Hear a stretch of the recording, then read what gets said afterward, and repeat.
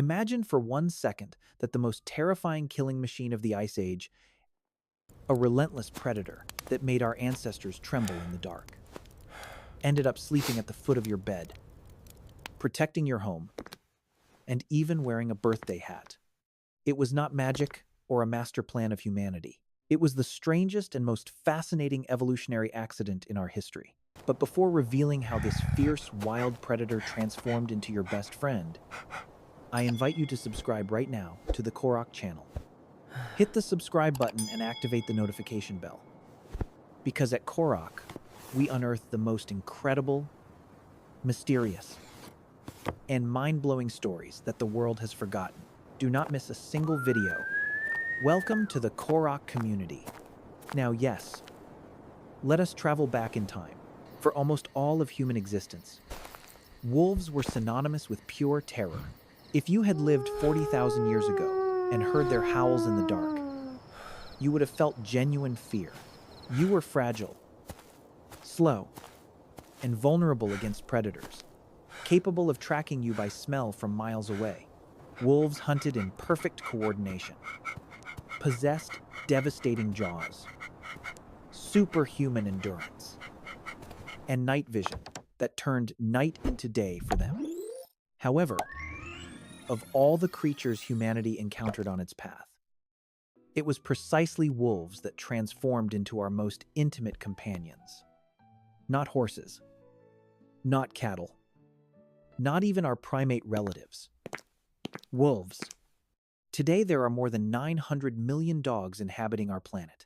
They sleep in our beds, defend our homes, detect explosives, guard flocks, rescue lives under the snow, and yes, even wear party hats alongside birthday cakes. But here is the fascinating part. Dogs were never a planned project. No group of primitive humans gathered around a campfire and decided they should create a furry creature to keep us company and fetch sticks. Dogs were literally an evolutionary accident. And the most unsettling thing is that wolves possibly began to domesticate themselves long before humans understood what was happening. To understand this transformation, we must mentally travel to the last ice age. Between 20,000 and 40,000 years ago, humans lived as nomadic hunter-gatherers. Small bands of perhaps 20 to 50 people constantly moved across immense territories, looking for food. Existence was ruthless. Most hunts ended in failure. Winter constantly claimed lives. A simple leg fracture could mean a death sentence.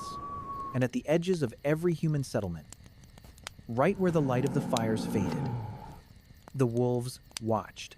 Here comes the crucial detail. Humans are, by nature, messy eaters. Even in times of extreme scarcity, hunter-gatherers left behind bones, meat scraps, skins, and partially consumed carrion. For a wolf, a human camp basically represented a moving banquet of free calories across the landscape. At first, wolves approached with extreme caution.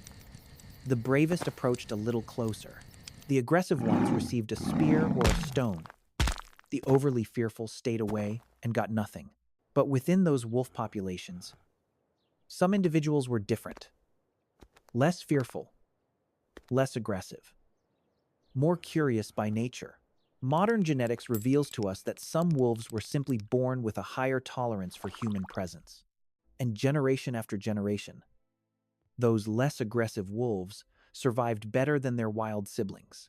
Instead of risking their lives hunting dangerous prey like bison or mammoths, they could simply follow humans and feed on their waste. Over time, evolution filtered the wolves according to their temperament. The friendliest obtained more food, the calmest stayed closer to the camp. The hyper-aggressive died young, and eventually those wolves began to change physically as well. This may sound like science fiction, but scientists have observed this phenomenon happen in real time.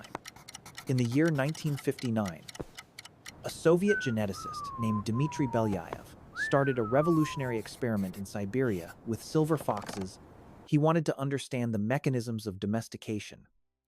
So every generation, he selected only the tamest foxes. For reproduction, nothing more. He did not train them. He did not teach them tricks. He simply bred the least aggressive ones over and over again.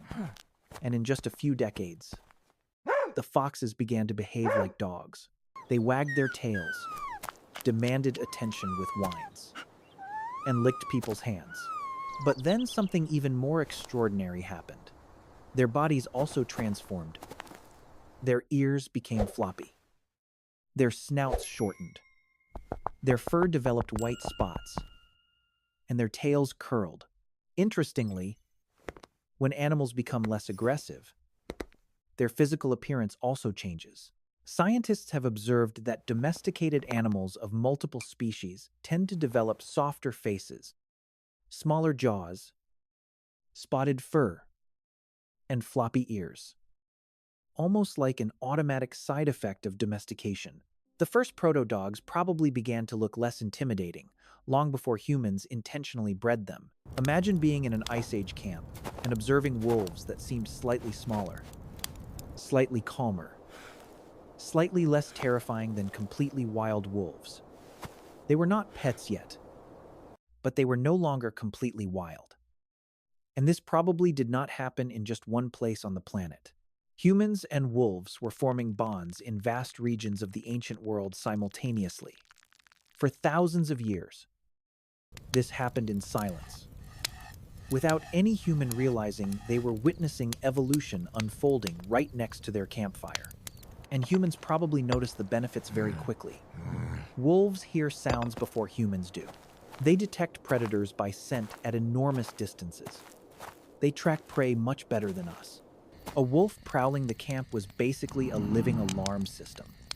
If bears approached, wolves reacted first. If strangers appeared, wolves noticed.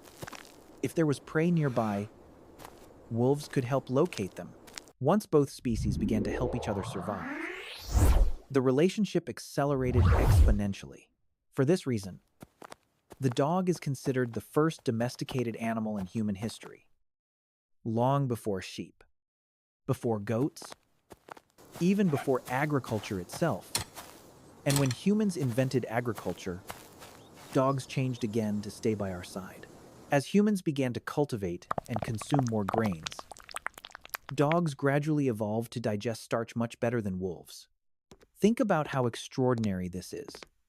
They survived with us before the invention of writing, before cities, before metal tools, before the pyramids of Egypt, and over thousands of generations. Humans and dogs began to transform each other emotionally as well. When humans look a dog in the eyes, both species release oxytocin, the same hormone deeply linked to the bond between parents and children. Wolves do not do this naturally with humans. Dogs do. Your dog looking at you with adoration is not a random behavior. Evolution molded dogs to connect emotionally with the human brain. Dogs even developed facial expressions to which we humans instinctively respond. Those famous puppy eyes probably became more common, simply because humans were more prone to care for dogs that looked emotionally expressive. Some anthropologists believe that dogs improved hunting success so much that humans who had dogs simply survived better than those who did not. Dogs probably helped humans spread across the entire planet. But domestication also came at a cost. Dogs lost much of what made wolves wild. Many modern breeds suffer from severe health problems caused by human selective breeding. Pugs have difficulty breathing. Dachshunds frequently develop spinal issues. Bulldogs sometimes cannot even give birth naturally. And yet the traces of the wolf remain within them. When dogs turn around before lying down, they are probably repeating the ancient wolf behavior of flattening the grass. When they howl, bury food, or twitch while sleeping. Instincts from thousands of years ago continue to surface. Within every Chihuahua and every Husky dwells the shadow of an Ice Age predator. And perhaps that is why dogs feel so different from any other domesticated animal. Cats live near humans. Cows tolerate humans. Horses work with humans. But dogs joined humans. They slept by our side while predators prowled beyond the firelight.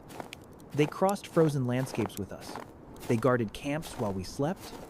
They followed us into storms. Migration. Vars. And completely new continents. And somewhere along the way, the relationship transformed into something deeper than mere survival. In Germany, archaeologists discovered a tomb from approximately 14,000 years ago that contained one man, one woman, and one dog carefully buried next to them. The dog had suffered a severe illness as a puppy, but survived for weeks or months afterward, which means that humans probably cared for it intentionally. Think about this for one moment. Ice Age humans struggling to survive in one of the harshest environments imaginable. They dedicated food, time, and energy to caring for a sick dog. That is no longer just utility. That is attachment. That is friendship. Perhaps even love. For thousands of generations, humans and dogs mutually shaped their survival, all because a few wolves became a little less fearful of campfires. Without any master plan, without any great invention, just scraps by the fire, cautious animals approaching little by little in the dark, and evolution, slowly turning fear into one of the greatest alliances in the history of our species.